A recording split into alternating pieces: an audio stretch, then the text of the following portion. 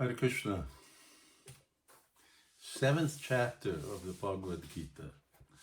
I hope everyone is doing well in the easing of international lockdowns. I think I'm pretty safe to say that that's more or less happening everywhere. Less so in India, but even still there, some changes. And we're entering into a real different era of the Bhagavad Gita. Era, I mean a completely different message, a message that complements the previous messages, but a difference in terms of emphasis. With the seventh chapter, we begin the 6 chapters of the Bhagavad Gita that speak about Bhakti Yoga. In the first 6, the emphasis is on Karma Yoga. The last 6, it's on Jnana Yoga. And now here it is on Bhakti Yoga. Bhakti Yoga is present throughout, and these different other aspects are also present throughout the Bhagavad Gita. But there's different emphasis placed on them according to different types of practitioners. But that's going to be part of a reading I'm also doing. So this is the first verse of the 7th chapter. Sri Bhagavan Uvacha. Bhagavan is another name for Krishna. Bhagavan actually means the Supreme Personality of Godhead, the Supreme Being, the Supreme Person, that's who is called Bhagavan. And he says, Maya Sakta Manaparta Yogam Yujad Madashraya Asamshayam Shamagram Mam Yata Gyashashitach Shrinu. Now hear, O son of Pritha, how by practicing yoga in full consciousness of me, with mind attached to me, you can know me in full, free from doubt. Supreme Personality of Godhead said, now hear, O son of Pritha, how by practicing yoga in full consciousness of me, with mind attached to me, you can know me in full, free from doubt. Here, when Krishna is talking about yoga, he's talking about yoga in a very general sense. He's not talking about Ashtanga yoga or Hatha yoga. He's talking about yoga specifically, bhakti yoga.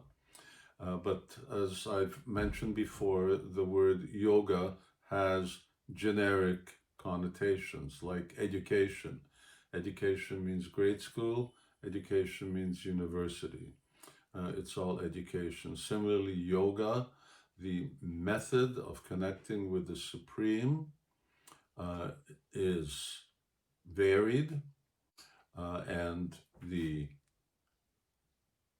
fastest and actually the pinnacle of that yoga process, as was discussed in the previous talk, the last verse of the 6th chapter, if you remember, when Krishna compares the different types of yogis. Now let me read a paragraph here from the purport of my spiritual master, Bhaktivedanta Swami Prabhupada. In the first 6 chapters of the Bhagavad Gita, the living entity has been described as non-material spirit soul, capable of elevating himself to self-realization by different types of yogas. At the end of the 6th chapter, it has been clearly stated that the steady concentration of the mind upon Krishna, or in other words, Krishna consciousness, is the highest form of all yoga. By concentrating one's mind upon Krishna, one is able to know the absolute truth completely, but not otherwise. Impersonal Brahmajyoti, Brahmajyoti means impersonal energy, or localized Paramatma realization is not perfect knowledge of the absolute truth because it is partial.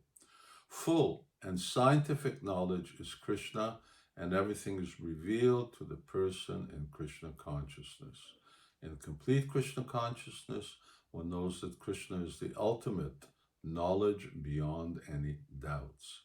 Different types of yogas are only stepping stones on the path of Krishna consciousness. One who takes directly to Krishna consciousness automatically knows about Brahmajyoti and Paramatma in full.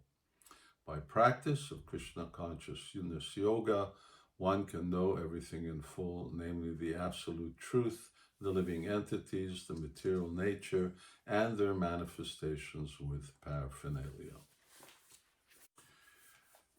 I want to emphasize here Krishna is using a very nice word, sweet word. He says, Maya sakta mana asakta. Asakti means attachment.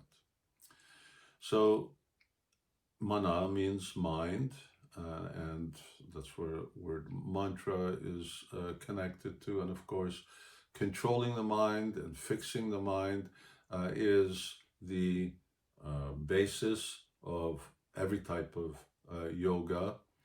But now here Krishna is adding something you do not find in other yoga systems. He says, practice yoga in full consciousness of me with mind attached to me. So we're all we think of people, and we think of people who we're very attached to or attracted to. That makes thinking about them very easy. When we talk about other yoga systems, okay, meditate on your breath. You don't show attachment. And let me take that attachment one notch higher. What it's meant to be talking about is love. You don't love your breath. You don't love asanas. You don't have a relationship with any impersonal object of meditation. But now here, Krishna said, meditate on me, which in this case means mantra meditation, and with your mind attached to me. There are these other features, but I'm going to just conclude on this and emphasize this. You can know me in full, free from doubt. Prabhupada had elaborated on that in the purport that I read. But here, Krishna is saying, how do you become attached to somebody? How do you become attracted to someone? How do you love someone? You have to know them. If you don't know somebody, you can't love them. And that's what the Vedic literatures are all about. Bhagavad Gita is one part. Bhagavad Gita gives us Krishna's teachings in terms of how to surrender to him. But other texts, particularly Srimad Bhagavatam, which is the continuation of the Bhagavad Gita, is about Krishna's avatars and particularly Krishna's descent to this world 5,000 years ago. And when we hear about that, we hear about Krishna's exploits, we hear about different things that Krishna did, including, for instance, herding cows and living in a very beautiful pastoral setting and enjoying life in a very simple and uncomplicated way. That's how you become attached to somebody. You become attracted. They do wonderful things, all kinds of. Long time ago, must have been 25 years ago, I had one here in Hungary. I had one author who came to see me, and he'd gotten one of our books, and in it he read about Krishna dancing. And he came to me and he said, listen, you have to tell me more about this God, because I'm not a believer. I haven't been a believer all my life. But when you talk to me about a God that dances, now that is some God that I can really believe in. So the God who dances, the God who sings, the God who revels in different pastimes, loving exchanges with his devotees, perfected yogis.